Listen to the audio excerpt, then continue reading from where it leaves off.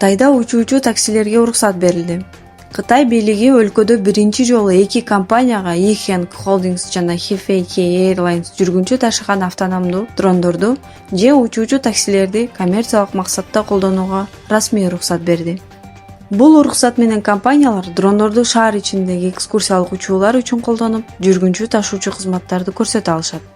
Кытайдын жарандык авиация башкармалыгы бул уруксатты ишемби күнү тапшырган. Буга чейин дрондор Type системасынын өндүрүш сертификатын жана учууга жарамдуулук сертификатын алышкан болчу. Мындай учуучу аппараттардын бири Jetson One, учуучу электр мотоцикл катары белгилүү.